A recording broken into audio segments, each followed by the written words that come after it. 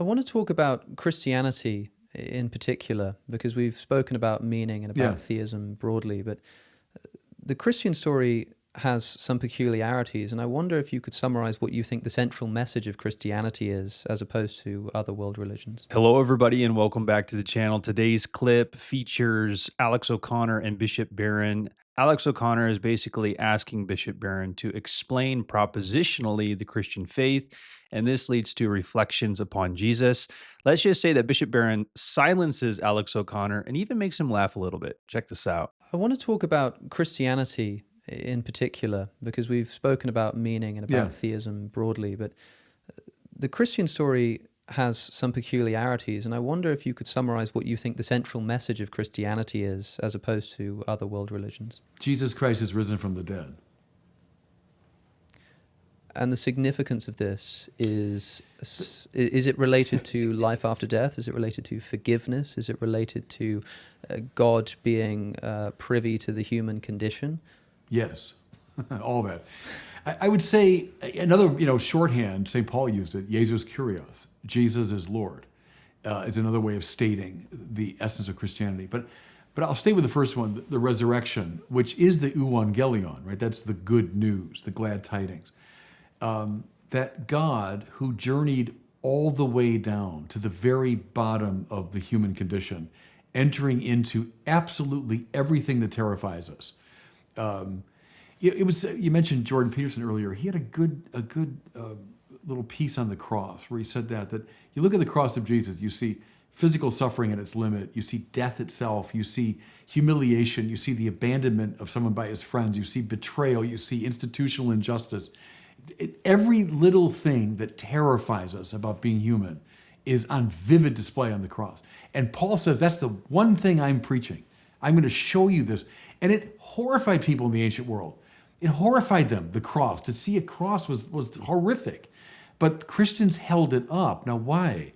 Because in the resurrection, they saw that the love of God, having journeyed all the way into all of that, is more powerful than all of that.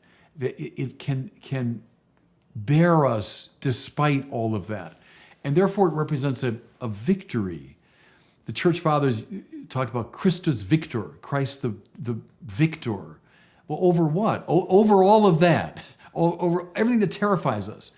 God's love is more powerful. So there's Paul. I'm certain that neither death nor life, nor angels nor principalities, nor height nor depth, nor any other power could separate us from God's love.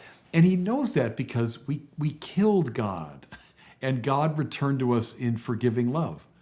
Boom. Talk about the door opening up. That's the door that opens up. Grace, call it. Revelation, call it. But it's the moment when the supreme manifestation of the divine love that went all the way down. I think that's the essence of Christianity. That's when they said good news, that's what they meant. All right, so I imagine that Alex O'Connor is going to press Bishop Barron to unpack that even more. The main thing, the first reaction that I have is to see the difference in approach to Christianity. One wants to see Christianity as propositions to be analyzed, and the other wants to talk about Christianity as an experiential joy of being united and coming to see the person of Jesus Christ. Very different approaches to how you think about what Christianity is. And this, of course, is the prerequisite for human beings being sinful creatures who've sinned against God, absolving themselves and finding forgiveness. Yeah, see, Alex O'Connor wants to talk about the theories around atonement, the systematic theological terms to make sense of Christianity. And of course, these are important, but there is something deeper. There is something much more experiential to be experienced in Christianity. It seems like there's a condition here, though, of course. In the Christian story, God becomes man and is crucified, and through this saves us from our sin, but it's conditional upon something like accepting this gift, something like... Well, sure. I mean, you can lead a horse to water. I mean, if God can open up the window and manifest his love in this utter way, and there's an objectivity there for sure, but then I can, at the limit, say, I still don't care. I'd rather live inside. I'd rather live on my own terms. I'd rather not have any of that. So sure, and there's the ground, if you want, of the Christian doctrine of hell. that it's still possible to reject even that acrobatic manifestation of the divine love. I can still say, I don't want it. So that's what that would mean, so sure, that's still a possibility. Ignite the fairways. With Fireball. Jiminy Cricket, you don't even have a club in your hand. Well, what I wanted to ask is, what are the conditions upon which a person can accept this gift? I mean, suppose somebody's commits some terrible sins in their lives and they've wronged lots of people. Is it enough to genuinely repent to God in the privacy of your own mind? Must you go on a campaign of trying to right the wrongs that you've done where you can? I mean, if you thieve from somebody and you, nearing the end of your life perhaps, you pray towards God and you beg for his forgiveness and you accept the sacrifice of Jesus, is that sufficient, or do you have to seek out the person that you thieved from and give them their money back first? You should. I mean, so that's a part of confession. If someone comes to me and confesses, I want to know if that person is contrite. So are they sincere in their confession? And are they willing to make amends or reparation? Sure, that's something I'd strongly encourage them to do. But the divine offer of grace is not dependent upon that. Like, until you do the last thing, you don't get any grace. Rather, it's a response to grace. It's having been graced with God's forgiveness, of course, then I want to do all I can to make up for what I've done. It's like someone in AA doing a searching moral inventory. And having done that work, now let me do whatever I can to make reparation. But the heart of it, though, is the manifestation of grace. It's an unmerited grace. What's interesting, Alex, is behind a lot of the doctrinal language, let's say around the cross. Read a high doctrinal articulation like Anselm's, Cur Deus Homo. But see, go behind that to a metaphor, and behind the metaphor to an experience. The metaphor is something like, I've been ransomed. So in the ancient world, people were kidnapped all the time and held for ransom, and there they were in some distant country in a hopeless situation, and I'll never get home. And then suddenly this person paid off my ransom. I was released, Now go behind that to the experience. Their experience of Jesus crucified and risen from the dead, it's like I've been released. It's like I've been delivered. Well, from what? From the fear, from Peterson's articulation. I've been liberated from everything that I'm terrified of, because now I know that God's love is more powerful. So it's like being redeemed. Now, take the next step. I start articulating that in a high doctrinal way. Okay, so if I was redeemed, that means I was held captive by someone. And if I was redeemed, I was bought back. Well, who paid the price and who got the... Well, sure, now you can work into Anselm's thing. But I'd go behind that to the more primordial experience of it.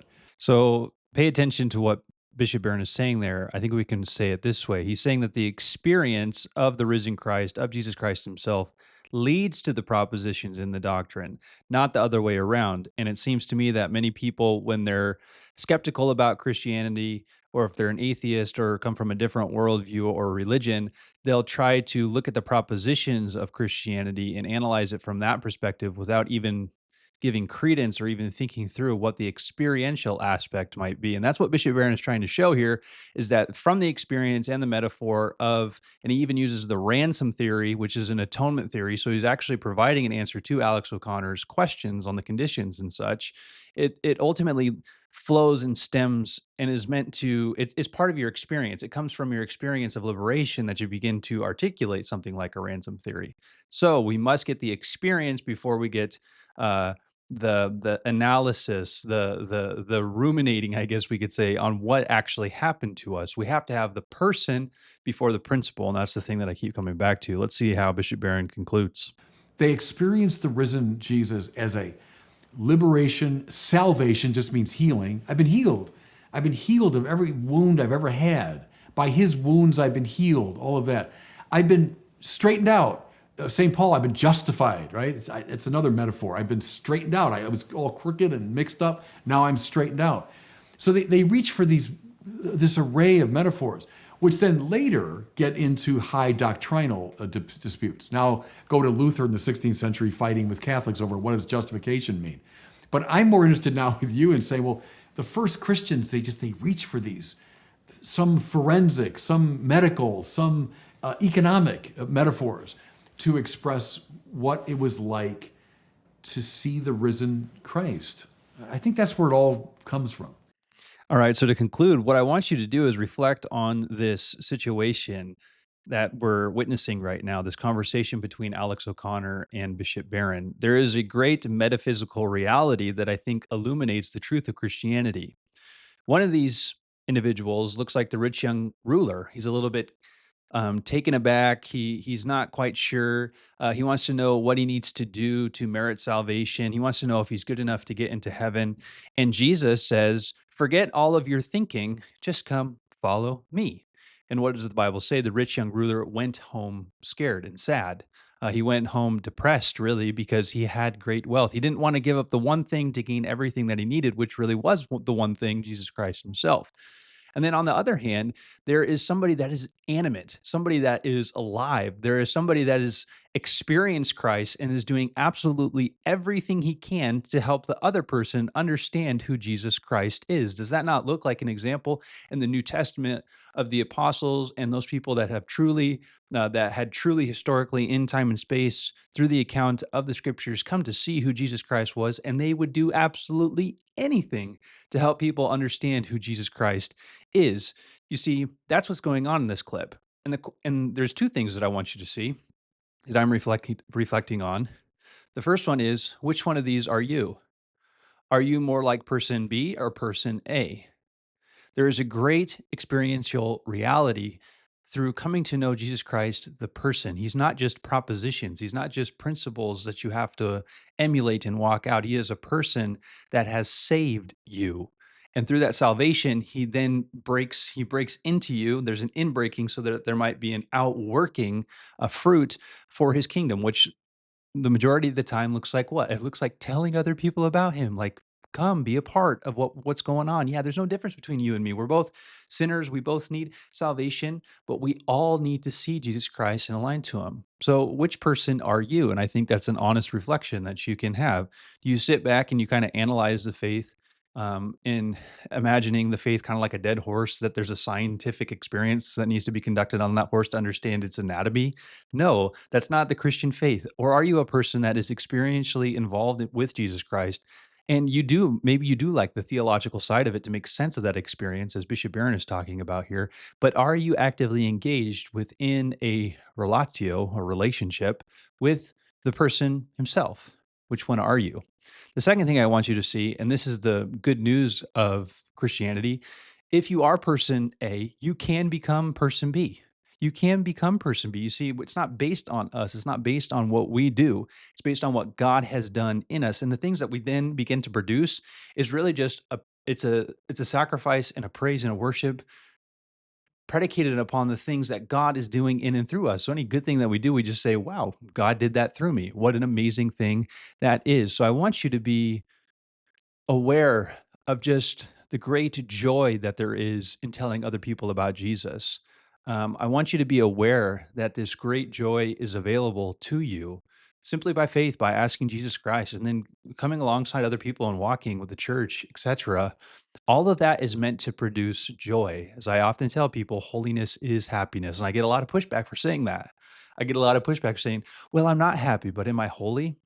And of course, there's the distinctions that can be made there. But I just think it's so obvious that when you live into the way that God wants you to live, there is a spiritual joy, not predicated, not based upon the circumstances or the situations that you inhabit in this life, but something that transcends. It gets you out of yourself and out into the reality, the metaphysical reality of what's to come and what ultimately is. That is happiness. It allows you to have great and deep and abiding joy, independent of the circumstances, because your main reality is to live for God and strive to see his glory and excellence, striving unto that because that glory and excellence has been infused into you. That there's nothing like it. There's nothing better than that, and I don't understand why people fight that so much. Well, I do know why people fight it so much, because we have sin natures and we like to live lesser than the great call that we have in Christ and through God for our lives, or rather through Christ from God, something like that. I probably didn't say that right, but I think that you get the point. It's all about a person And I want you to really, and this is probably for some of you as well, and it's definitely for me, I want you to forget a little bit of the principles for now until you really begin to relate to the person. Because the more you relate to the person, the more that you come to understand the knowledge of him. And the Bible talks about that. It's a Greek term, gnosko. It literally is an experiential relational knowledge. It's a coming together like a marriage. That's how we need to get to know God. And in coming to understand that, I think that's Saint Anselm that says once we have that, everything begins, all the stuff that we begin to study and understand flows from that. And I think that's what Bishop Barron is talking about here. It can be yours, and really, think about it. Which one are you in this scenario? I think that this conversation is a great picture, a metaphysical, real picture of the differences between two kingdoms. Could be wrong on that, but it seems to be pretty prevalent to me.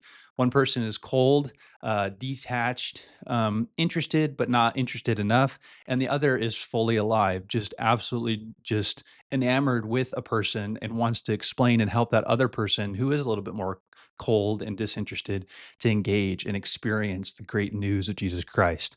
Be thinking about that today and notice that there are very different worlds that can be inhabited even in the world that we find ourselves, even in this corporeal body.